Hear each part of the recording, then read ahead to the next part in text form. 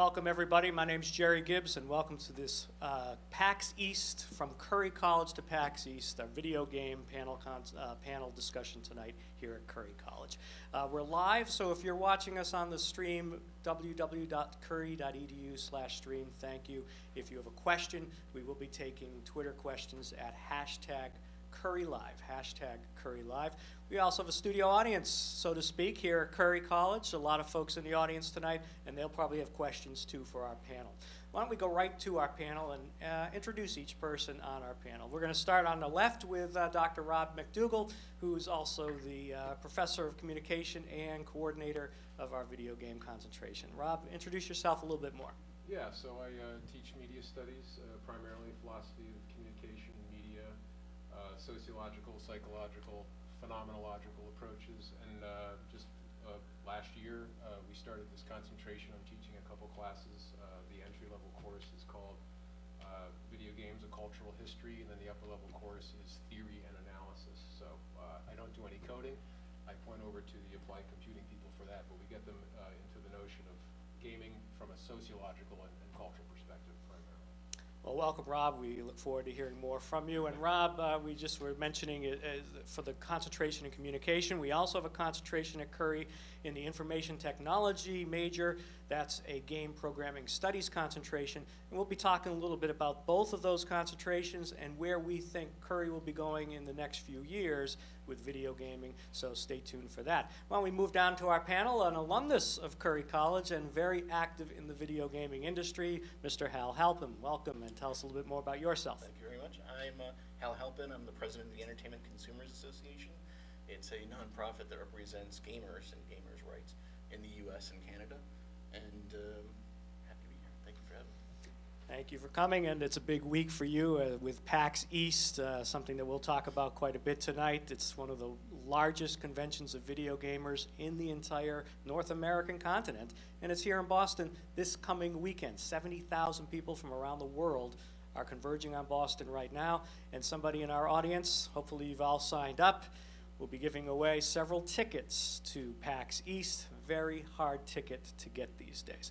Moving down our panel, Ms. Jen MacLean, Chief Executive Officer, former Chief Executive Officer of 38 Studios, and a longtime veteran of the video gaming industry. Jen, tell us a little bit more about yourself. I've been a gaming geek since I had an Atari 2600 when I was 6, and I've been in the industry for 21 years, starting as a playtester and working my way up the ladder. Right now, I'm advising a few game companies, and I'm also running business development for a health IT company that helps women get pregnant faster and have healthier pregnancies, which is an entirely different kind of fun game.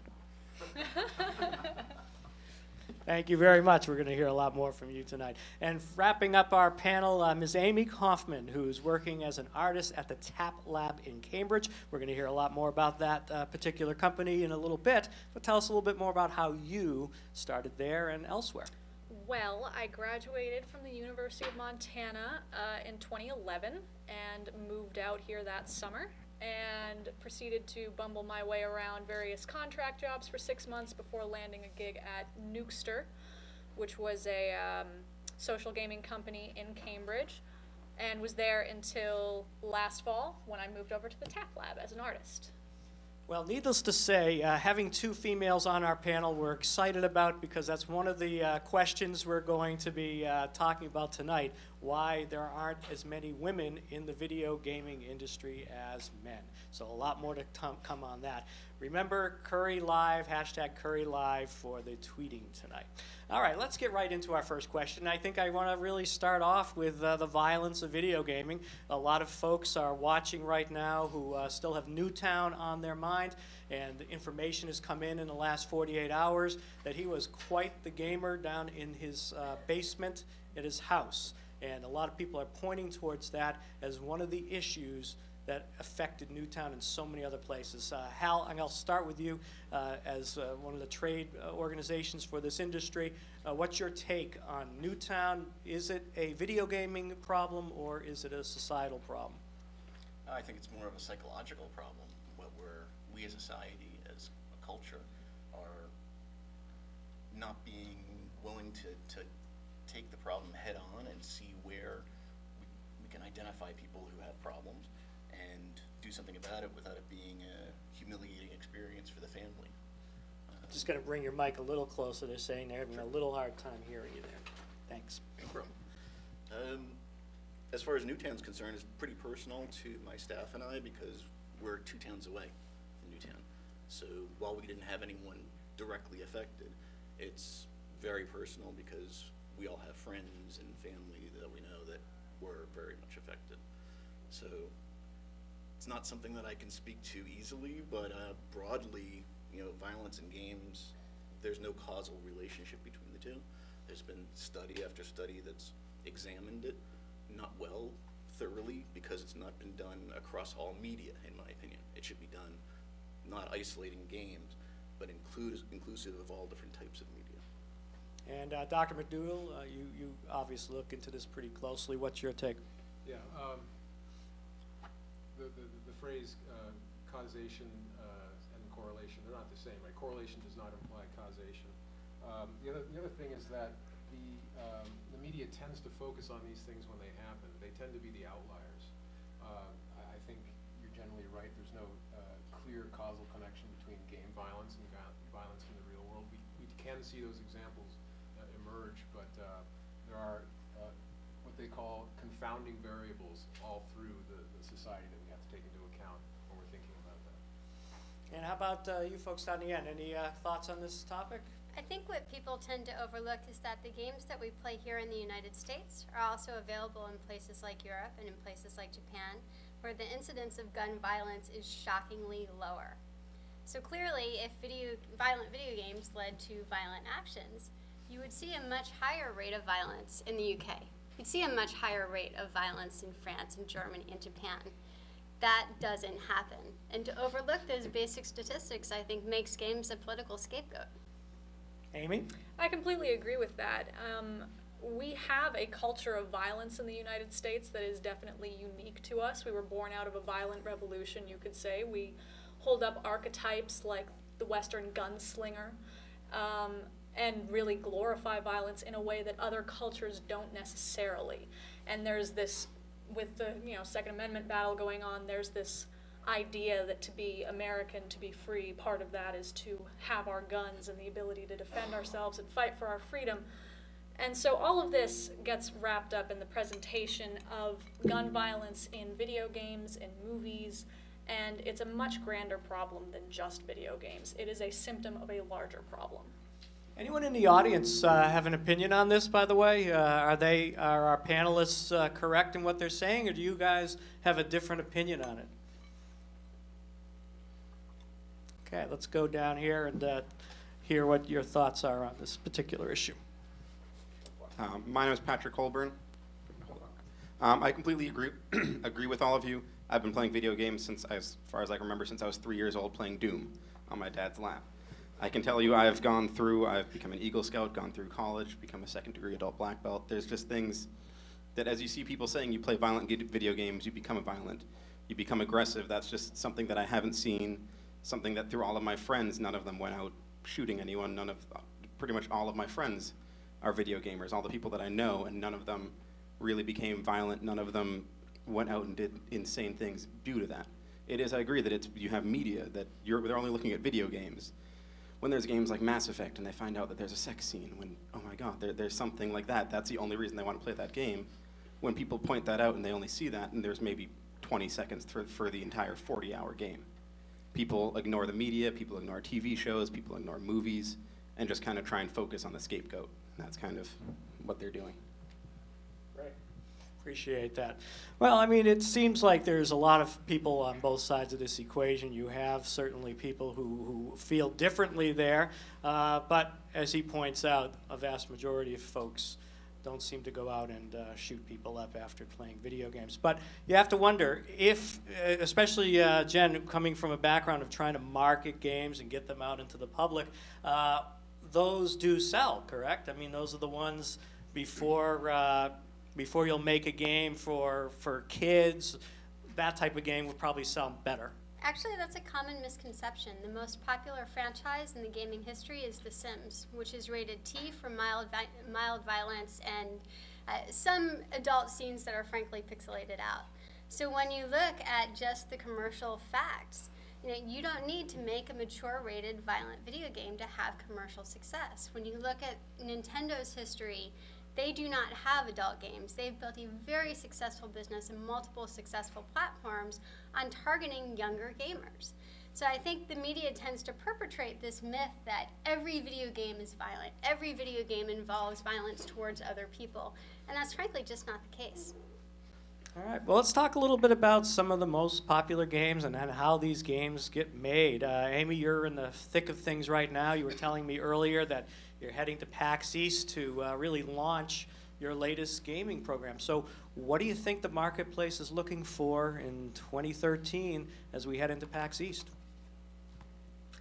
That's a really broad question. I mean, there are so many different parts of the market that'll be looking for so many different things. I think that as a general rule, there are many games that will incorporate violence in some way, and not necessarily even violence so much as conflict. I mean, if you look back at Pong, one of the progenitors of the industry in the first place, it's a two-player competition. And the point is to, like, put down the other person, basically. So for there to be competition in video games that may in some way be connected to violence, I think that it's a pretty common thing. And what people are searching for, with like a lot of the AAA titles, you'll see big action-adventure-based things. Certainly a big release that just happened is the new Tomb Raider reboot, which I've been playing. Pretty fun. And pretty ridiculously violent in its own way. But yeah, so I think that there's all kinds of things that people are looking for when they're playing their games. It just really depends on the particular consumer. Well, how is the buzz for PAX East, Hal? What are you hearing behind the scenes, and what might be at some of those booths this year? It's a very popular show, and it's relatively new. It's just a few years old compared with its counterpart, PAX Prime, which is in Seattle, which both shows continue to be doing phenomenal. And I think by having more games come out at consumer events rather than trade shows like E3, it generates a whole different level of buzz. And it also shows a different level of respect coming from the industry. You're nodding there, Jen. Tell me more. I think that you see the maturation of the industry in moving events from stuff that was primarily internally focused, like E3, which started as an offshoot of CES with the idea of wooing buyers from Best Buy and GameStop, to a focus on the people who play video games, on people of all ages. I've spoken at PAX Prime a number of times on panels about being a video gaming parent. And I think that focus of, what does the consumer want, what do gamers want, really reflects where the industry is going. You are removing the retailers as the sole point of distribution. We can all go to an app store and get the games that we want and get fantastic gaming experiences that vary from Triple Town to, racing to shooting, and it's really reflective of the growing power of the gamer, and I think that's a fantastic thing. Have any of you in the audience gone to PAX East? I know some of you are hoping to go with the tickets tonight, but has anyone had a chance to go? I'm actually curious on why did you decide to go, and what were you looking to do there?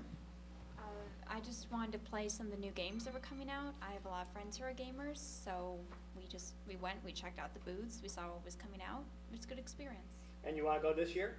I don't have tickets, but... Did you sign up tonight? Yeah, I did. Who else went to PAX East in previous years? Tell us a little bit about what you experienced there. Well, it's an absolutely phenomenal consumer experience on all sorts of levels. And there's a lot more of a chance of feeling that the people that are behind the scenes right up in front. And I think that a lot of things is that there's a lot of respect that the designers and developers of games have for their consumers. And there's so many people who are large community members watching to support it. It's from any person that's a cosplayer to any person that's just there to stand in line to play the next Borderlands game. The excitement and the electricity is unparalleled to anything that I've ever been to. And I primarily went the sheer fact to learn. To learn. Well, that brings Rob MacDougall in here. Rob, what do you think students can take from a thing like PAX East, from classroom to the actual event? Well, I'm looking forward to going to PAX East for the first time, any PAX. I've been to a couple of Comic-Con, and Hal tells me it's a similar sort of experience, I would say immerse yourself in it if you get a ticket and just walk around and see what's going on. And at multiple levels, you know, what's going on with the new types of designs, the new types of narratives that are emerging, the user interfaces that the designers and the different companies are playing with. I mean, it's a really exciting time for gaming, in part because of how the technology is driving some of those changes. Jen, when 38 Studios came out with Kingdom of Amalur, that massive success for you folks, was it PAX East that you launched it, or were you looking toward that event to tell the public about it? We announced the game at San Diego Comic-Con in part because of having Todd McFarlane involved. Todd McFarlane is such a renowned comic book artist. But we showed live gameplay for the first time at PAX East, and we did that very deliberately because we wanted to recognize our hometown audience, so to speak. You know, all of the people in Massachusetts who supported us, whether it was through, you know, generating great hires, we pulled so much local talent.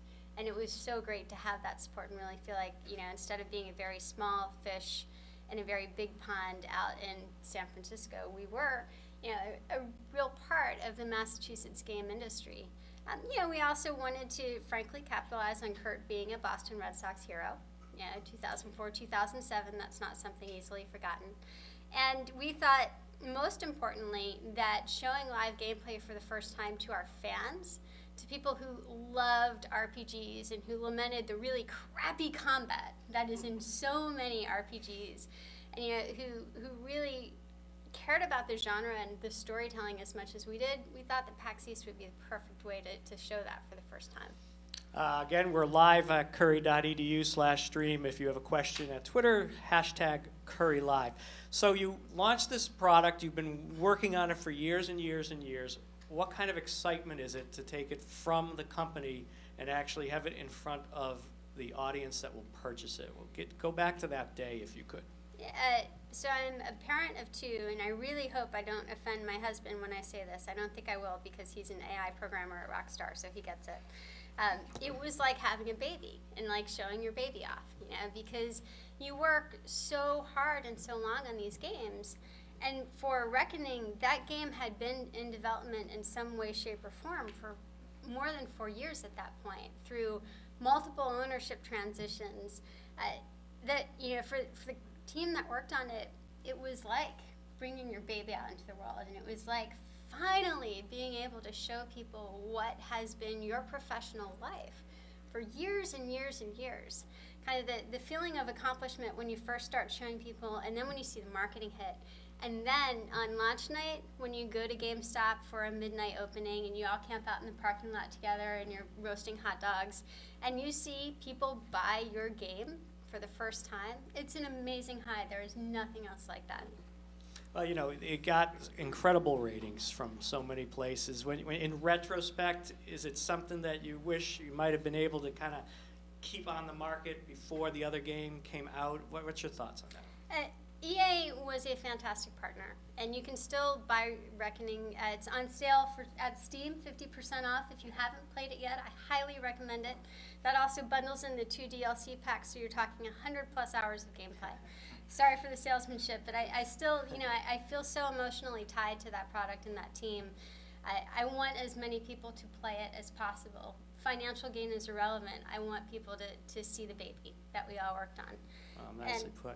Yeah. Amy, you must have the same experiences at this point, although you're probably a few years younger than Jen getting into the business. But yeah, well, and the two companies that I've worked at, I've actually come in much more towards the final sprint of the product being marketed. So at Nukester, we released Birdopolis, which was this social game on Facebook that was an unusual mix between city building and bird watching.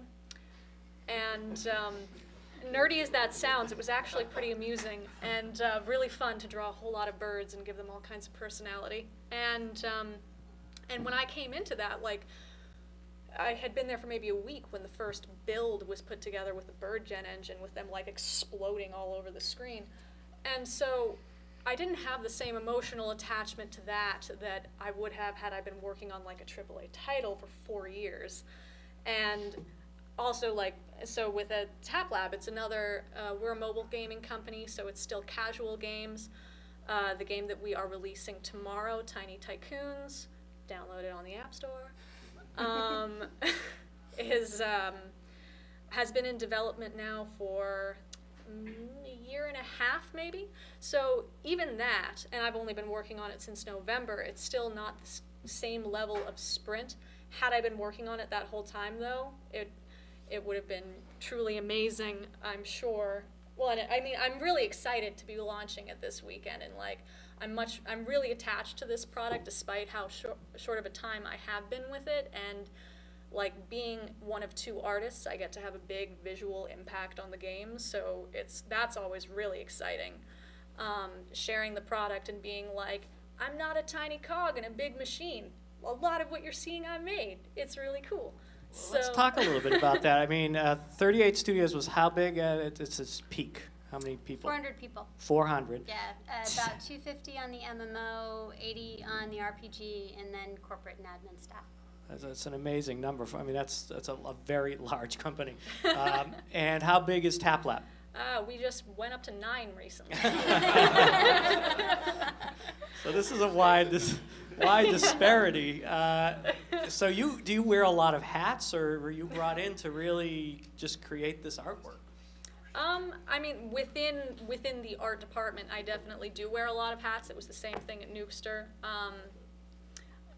Where I'll handle like development of various kinds of art assets. I think that the only thing that I haven't really touched much with this particular title is UI, and that was totally something that I was in with the last game.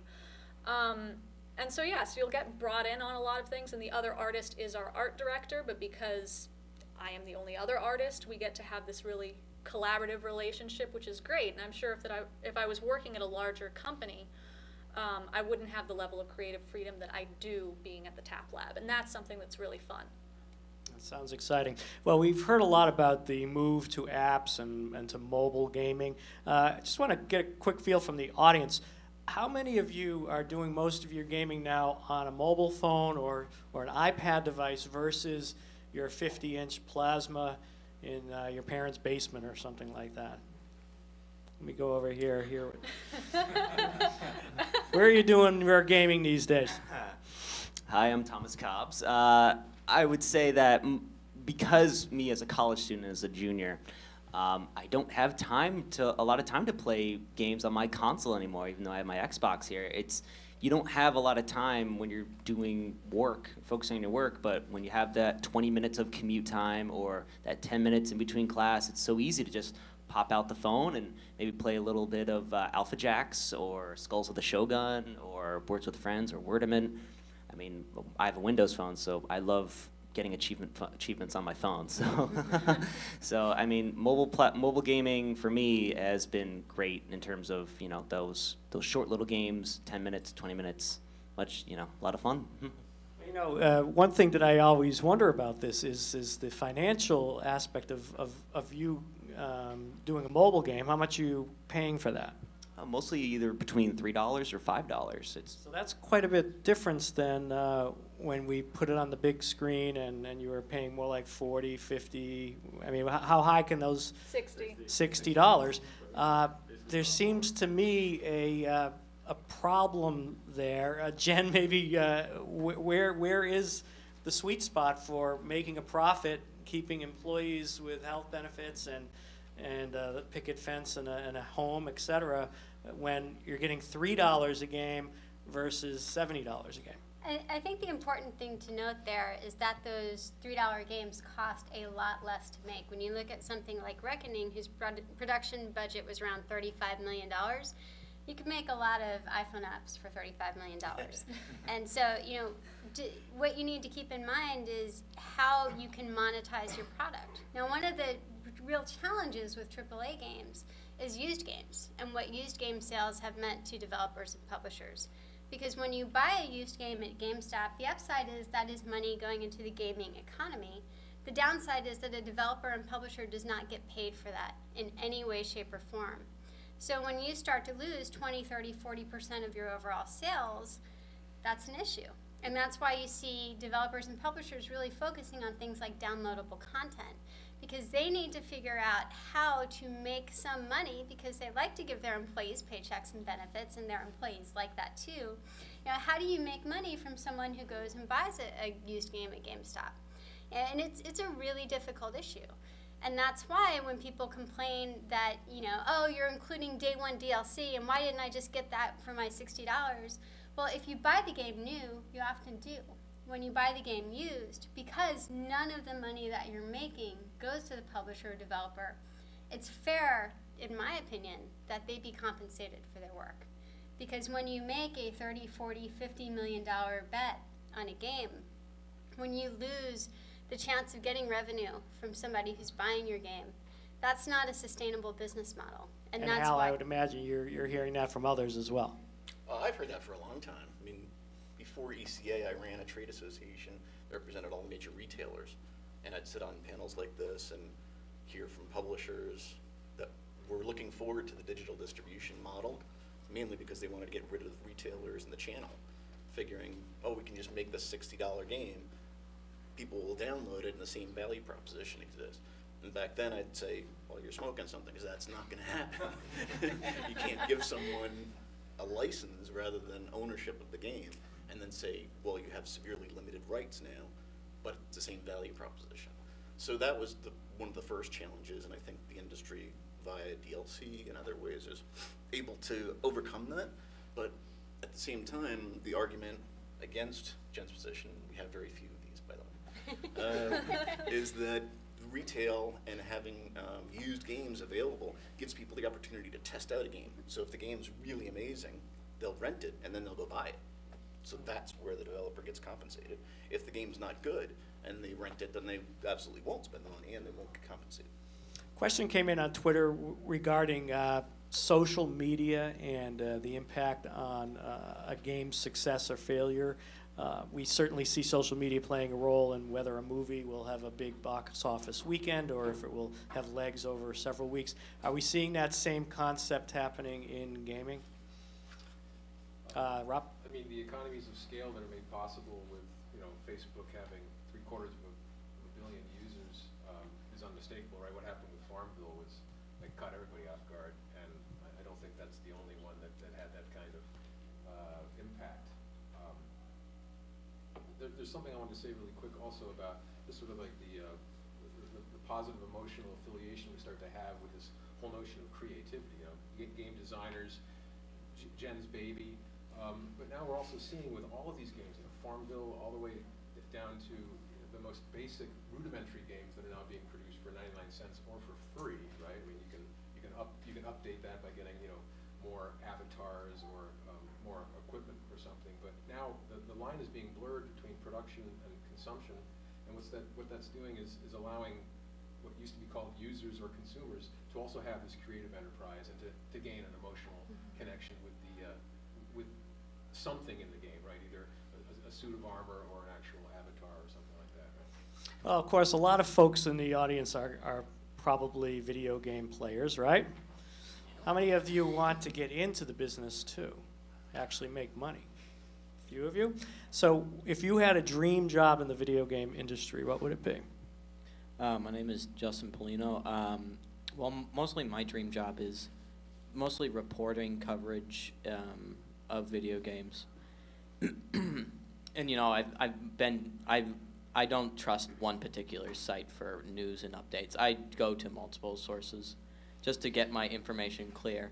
And you know, I'm part of communities of websites, and I contribute as well as I get feedback as well. And the amount of user opinion and content opinion of the user is staggering, and it really just generates revenue, not only revenue but news. So I guess your dream job would be kind of a journalist in the video game industry. Does such a position exist, Hal? Many. It's a very competitive business. That aspect of the industry is so competitive and so financially challenging that we see really great news sites go out of business because there's just not enough there. There's an audience demand for it, but the quality of journalism has to be at its best, and you have to trying to figure out the subscription model versus purely advertising on some of the major websites. So what would somebody like him do, perhaps for an internship? Clearly at campus he could get involved in Courier Times and other student media, but in an internship setting, where might he go, maybe in the Boston area, to study in gaming journalism? Anyone have any thoughts? Any media locally that you folks rely on? Say, do a blog. Do the job now. Yeah. And so what we were just saying is that Ars Technica is up here, but Jen's point, which I agree with, is just write, produce a blog, submit content for free to websites, and just say, hey, can you get published? Can I express my opinion and show the professionalism that I have now, and then hopefully learn more? Okay, very good. I saw somebody else who had a career interest over here. What is your dream job? And this is kind of off of a Twitter question has come in about what students will need to know in college. So we'll get back to that in a second. David Gebhardt, and maybe I'd like to be someone, a coordinator, work with PAX East, or get more big conventions out there like that, so more people can see. Well, like PAX East sold out months ago. I wish there was more places where more people could see that didn't get tickets and work somewhere over there. Yeah, why just have one convention a year in Boston if it sells out like this? So is there a possible event coordinator position in the gaming industry? And I'm glad to hear some of this, because we constantly hear it's design and programming and some of these other things, and it's a huge industry with a lot of branches off of it, and we'll talk a little bit about that as we continue this discussion. Yes, the easiest way to get involved with PAX is to try and become an enforcer. And they're volunteers who help assist exhibitors primarily, but they also serve lots of other functions. It's a very sought-after position because you get to attend the show for free. They give you special T-shirts. You have certain power and responsibilities. So that would be the one sort of low-hanging fruit way, even though it's not that easy, to get involved with PAX specifically. They're based in Seattle, and the company that does the exhibition and stuff is actually based right down the street from us in Connecticut. Great. How about career interests on this end? Anyone over here? Okay, let me move up right here. What's your career interest? Yeah, I'm Chris Hernandez, and honestly, I want to be able to write in storylines for video games and anything like that. Yeah, that's an interesting thing you don't always hear about. So storylines, these bigger games have very complicated stories. So what could they be doing in college to kind of get some of those skill sets? Amy, and then to Jen. Well, that's not a particular area that I am as familiar with, although interestingly, you never know how it is that you might stumble into it. Like the copywriter at the previous company I was at was originally taken on as our marketing coordinator. Oh, not marketing. Whatever. She was going to be the social face of the company to our users, and then we lost our original copywriter, and she just kind of squeaked into that position. And she had a major that had absolutely nothing to do with anything related to video games. So, there are a lot of small studios out there, and if you can find a way to just get your foot in the door in some way, even if it's just like being a QA tester somewhere, once you start to gain your contacts, you can always go from there and like be networking with as many people as possible and make sure that they know your interests, and you might stumble into something. So. Okay, we'll come back and hear a little bit more about some of these other careers. We'll circle back, Jen. We're going to move on to women in the gaming industry. This seems to be a sore spot because I think, Jen, you were telling me a staggering percentage. How many women compared to men are in a typical video gaming business? Overall, the industry is about 20% female. In certain disciplines, that's higher. You tend to see more women in marketing and in admin, HR particularly. In other disciplines like programming, it's much lower. In some studios, it's single-digit percentages. So the big question is, why? Amy, you obviously went into the business. Did you always know you wanted to do this, or did you, find a passion when you were in college, and it ended up in the gaming industry? It's funny, I don't think it had ever really occurred to me, despite the fact that I have been a lifelong gamer. And I've always been an artist, and I've always loved to draw people and characters, and yet I wasn't even, it was like late in high school when it even really crystallized that, oh yeah, there's digital media out there, and I could study this and maybe do something with it. But even then I wasn't thinking that I would necessarily go straight for gaming, because in many ways having an artist position, it's a fairly exclusive thing, particularly if you don't know any 3D, which I don't. So it can be harder to get your foot into that particular door.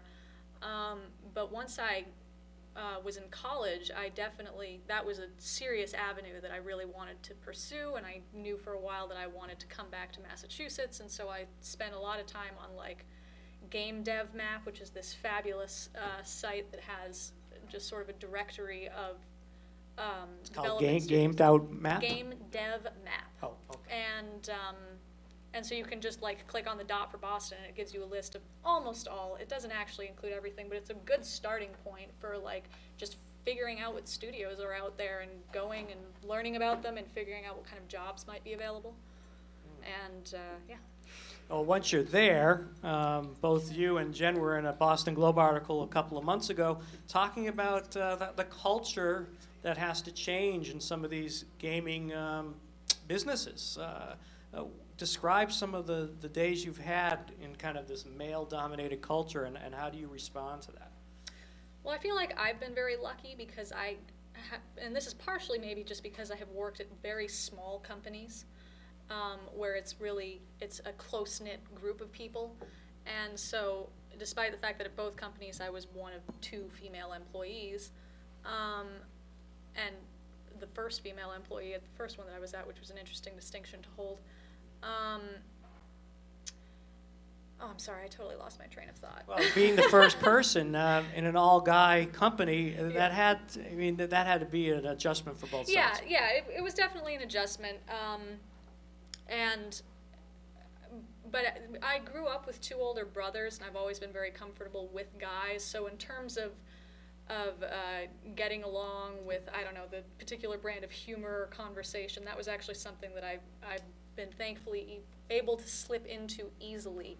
And the instances of sexism that I've encountered have been very minor overall, and have had more to do actually with that person being from a different country where those attitudes are even more prevalent. So yeah, for me personally, I've been lucky. I haven't encountered it very much, but it is definitely a big problem in the industry, and it's a big problem in how females are portrayed in games.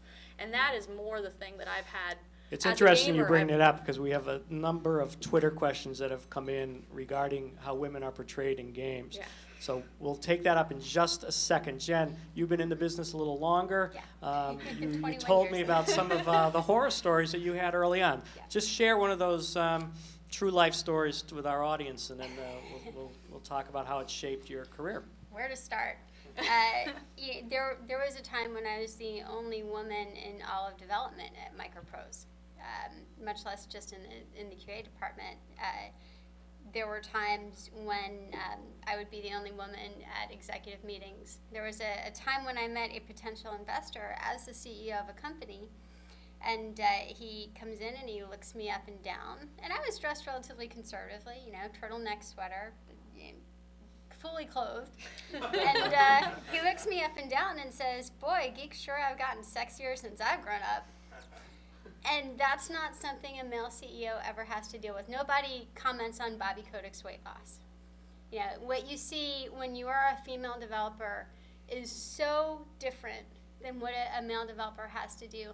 There's a fantastic designer at BioWare, and she has been personally attacked for her appearance, for her sexual orientation, for her relationship, based on an interview she gave where she talked about not liking a character. That's ridiculous. And no one should ever have to put up with that, regardless of their gender or their sexual orientation or their race. But you see it again and again and again. And part of the problem, frankly, is that we don't have enough qualified women candidates. What you hear again and again and again is that I'd love to hire more women, I just can't find them. And that's true of all STEM fields. We need to get more women into STEM in general. Then you have a problem of retention. It's kind of like running an MMO business. You can bring in new customers, but if your new customers leave after your 30-day trial, you're going to have a big problem. And there are ways that the games industry is frankly a very difficult industry to work in. And that makes it hard for retention in general, not only for women, but for anybody who's really kind of hit, a 5 to 8 year time in the industry when, working 50, 60-hour weeks isn't as attractive anymore. You want to be home with your kids. You want to be home with your family. You know that you're an engineer who could get paid 30% more down the street working for a defense contractor and work 40-hour weeks with no overtime ever. So it becomes both an acquisition problem, how do we get more women into the industry, and a retention problem. How do we as an industry create an environment that is welcoming to diversity in general? Women, I think, are the most vocal minority, but it's a very white industry. It's a very straight industry. And you can still find a lot of examples of people who feel like they don't belong in the industry and that they are actively discriminated against because they're not white men. Hal, you're hearing that too? Yeah, no, that's pretty much the thought, I think, of anyone who's been in the business for a while, who has been exposed to stories like these, where you just can't make things up at such a level that, any common person with common sense would be like, no, that's definitely not happening, because it does. Yeah, it reminds me a lot of the early days of ESPN. I read a book about the frat house atmosphere there, and it reminded me a lot of the stories I'm hearing in the video game industry. Rob, final thoughts on that? I thought I was going to end up being the curmudgeon on this panel, but I think the gaming industry offers a pretty bright future for men and women, and maybe a couple other persuasions in between. I think we've seen a cultural shift over time from mid-20th century until now, from atoms to electrons. From atoms to electrons, a cultural shift. And I don't quote me on this, but I think at one point in the late 20th century, I think 1 in 4 jobs in the United States had something to do with the automotive industry. That's no longer the case.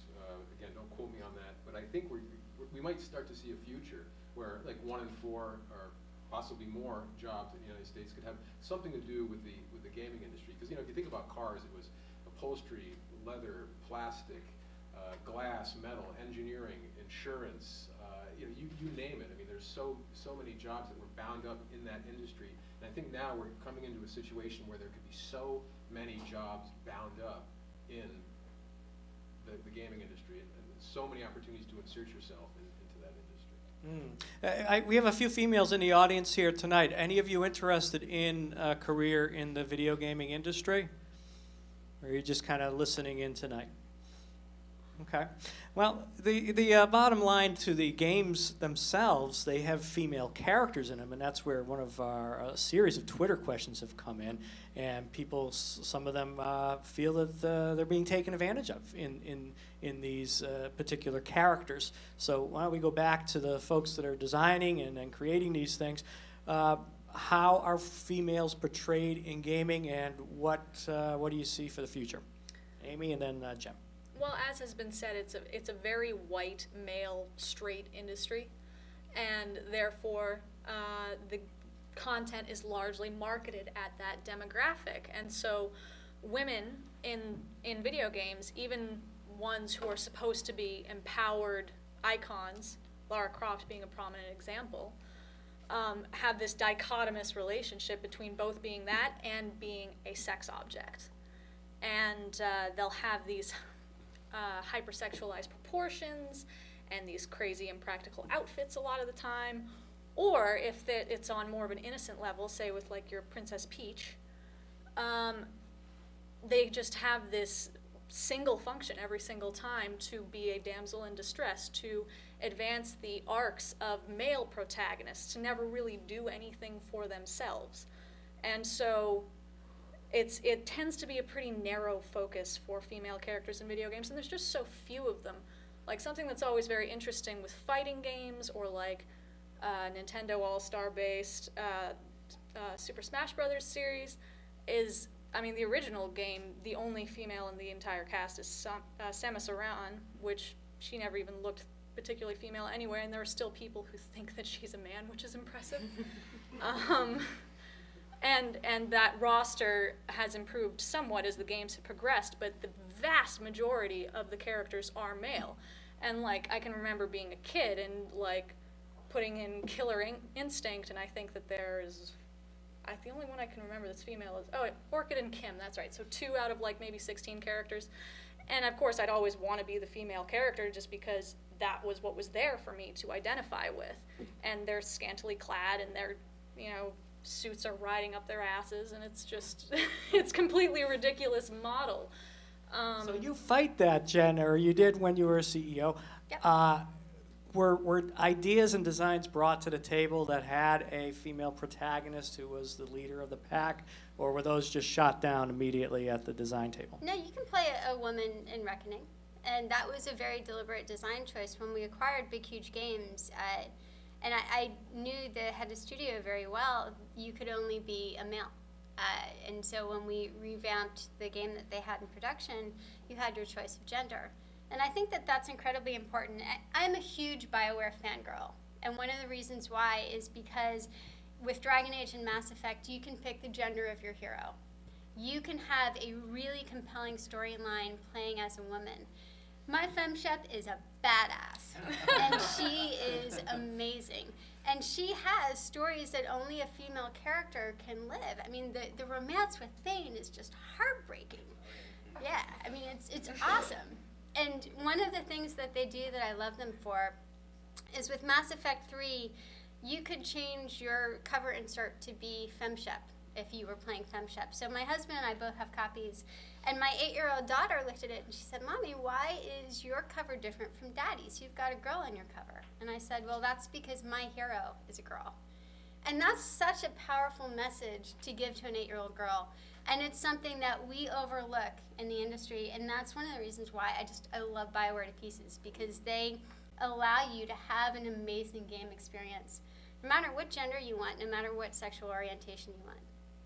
Yeah, very powerful, very powerful. Well, why don't we take a look at where the industry is heading? We have, obviously, mobile. We're not sure whether that can be cross-platform, or I guess one of their Twitter questions was asking that question, can these mobile apps work across platforms, or do you have to stick to the device alone and not go anywhere? Amy, are you working on anything beyond mobile?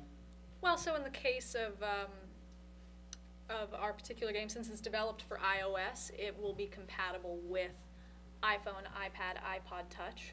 So in that sense, it will be cross-device, but I have not yet encountered anything where it's like something being released on a phone that's also available on a console that's also available on your computer. I think that the only instances that I really have seen of that are like, you can also have apps on your computer. Like, you can have Angry Birds on your computer, you can have it on your phone. But it's fairly limited at this point. Jen, you feel the same way? What do you see happening in the next 2 to 5 years? So a dirty little secret in my career, I spent 6 years at Comcast.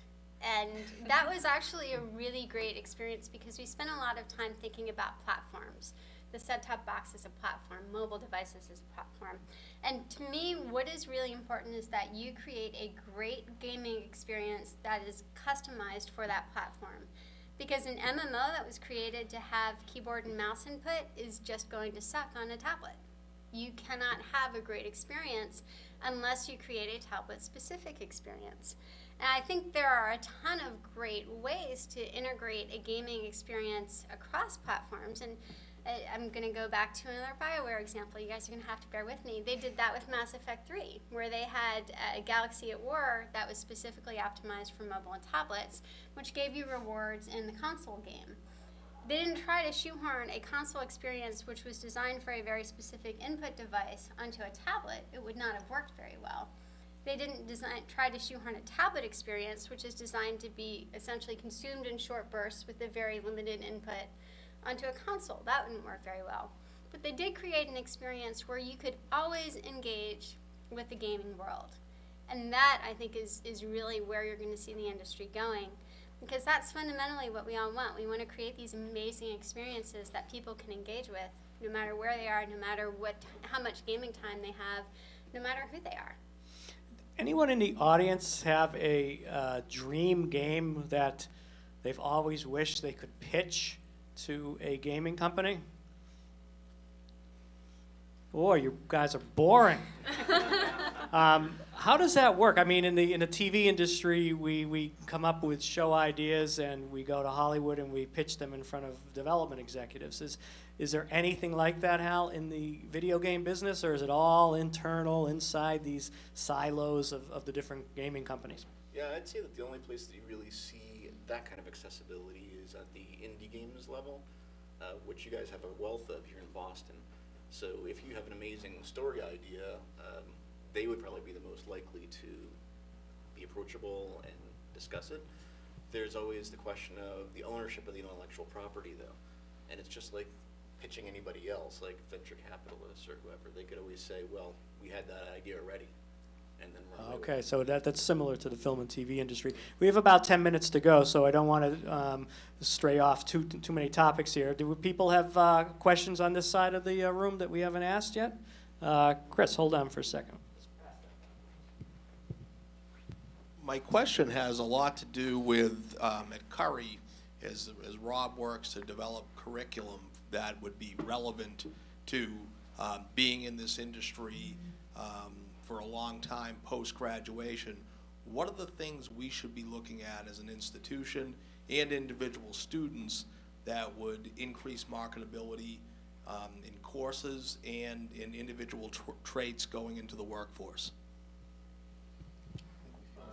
You want me to take that one? Well, we'll go right down the panel. I bet you all have some thoughts on that one. Getting back to what my colleagues on the panel were saying about platforms, I mean, games in large measure are platforms for storytelling, for narrative, right? And if we think about what the human animal is, the scientists say we are Homo sapien sapien, but we're also Homo narran. We've been telling stories since the beginning of time, and it used to be that the soothsayer told the story around the fire, right? And then, you know, if you think about what happened in the 20th century, we saw a shift. It went from soothsayers over time to, it was grandparents that told the stories in a culture. And then, right around 1955, 1960, lots of commentators have noted this, that the shift went from the grandparents to, you know, grandpa and grandma to the television. The television became the primary storyteller in our culture. And I think, again, we're seeing a shift. The internet hasn't quite caught up with television. Of course, everything's blurring now with, you know, sort of the transmedia movement. But I think we're coming into an age where games will become the primary storyteller in our culture. And what stories do we tell ourselves about ourselves? That's what Jen was getting at. Fascinating. Hal? I think we'll probably say similar things in this because the industry's biggest problem, especially in the development side, is that people who are interested in getting into the business are usually in the programming side, which is why it skews more male, because at the high school level, girls aren't being encouraged in those areas. And so at the college level, it's predominantly male, white, straight, because they're programmers. The real problem for game developers, and Jen can answer this a lot better than I could, is that they don't come out with an understanding of marketing or of PR or of any of the other aspects. They just get, you know, 5 or 10 guys together and say, hey, let's crunch out a bunch of code, and then deal with the art afterwards, and then, oh yeah, well, I guess we have to market this thing, and we have to have public relations. So having a program here where women who otherwise wouldn't be interested in gaming think, oh, well, I'm interested in marketing, and so having something that does both of those things and draws in more females will naturally grow the business. Well, we certainly have marketing and public relations, that's for sure. Jen, what are you looking for, or what's the industry looking for? So the thing that you need to keep in mind is that especially with the turnover in the industry and all of the layoffs and just, you know, the practice, which is shameful but accepted, of hiring staff up to lunch and then laying people off, when you are coming out of college, you are likely competing against people who have practical hands-on experience. So when you apply for a job, you have to show practical hands-on experience. And you also have to show that you can work in a team, because it is nearly impossible to make a go of it as a single person game company. So when you think about how you prepare here at Curry, do 2 things. First of all, make games or write a journalism blog. There is no excuse for not making a game with the access that you have to Unity, with the access that you have to Unreal. you can make a game now. And that will give you a tremendous leg up when you go to interview. Even if the game is terrible, being able to talk intelligently about why it's terrible is a great experience. And then take that multidisciplinary education. Being able to say that you have experience with HR management is huge. Being able to say that, yes, I took an intro marketing course and I understand why I need to actually get my marketing coordinator the assets for a print magazine 6 months in advance. Things like that drive our poor artists and programmers crazy, but that actually are absolutely critical to the success of the game. The more that you can talk about understanding that bigger picture, understanding why it's really important to hit your deadlines for mastering, understanding, why schedules matter. Those things are absolutely critical in setting yourself apart because you are competing against many applicants for very few jobs. What I would add to that actually go is you could do postmortems in any facet of the business. So you could look at why was this game not a commercial success even though the game was a lot of fun. So you don't have to be a programmer in order to do that. You don't have to be a journalist in order to do that. You could pick it apart. Yeah. And how about you, Jen? Amy, what are you looking for as fellow employees? Well, speaking to the art department side of things, and first of all, I'd like to just third the multidisciplinary approach. I mean, the more that you can know about the industry, the better. The more that you know about games, the more that you know about game mechanics, how games are made, good development practices, good storytelling. Like, the more likely it is that you will be picked up by somebody because it shows your active interest, it shows that you're knowledgeable.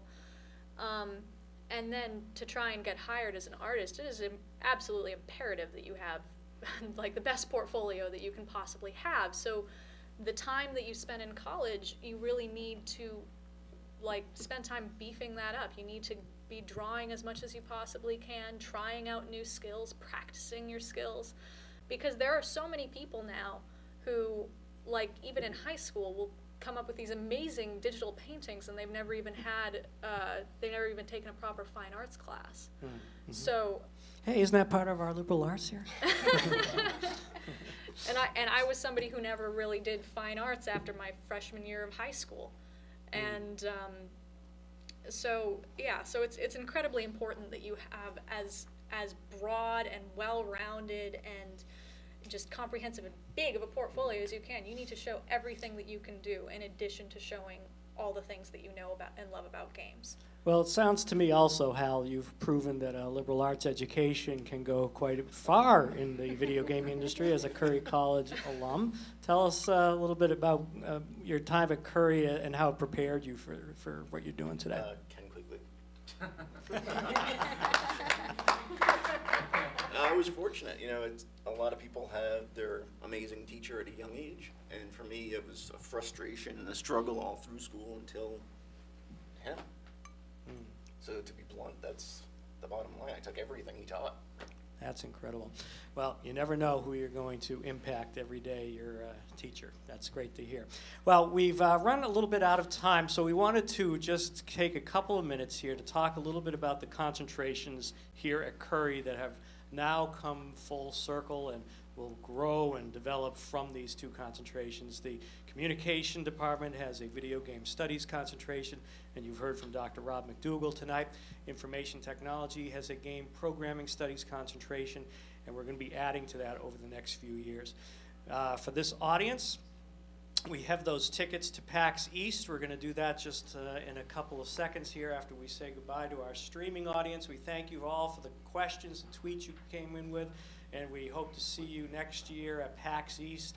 I'm sure Curry will have a big, prominent booth at PAX East probably next year. Thanks for watching on the stream, and thanks to all of you for coming tonight, and stick around for a few more minutes as we give you your chance to go to PAX East this weekend. Thanks again, everybody, for watching.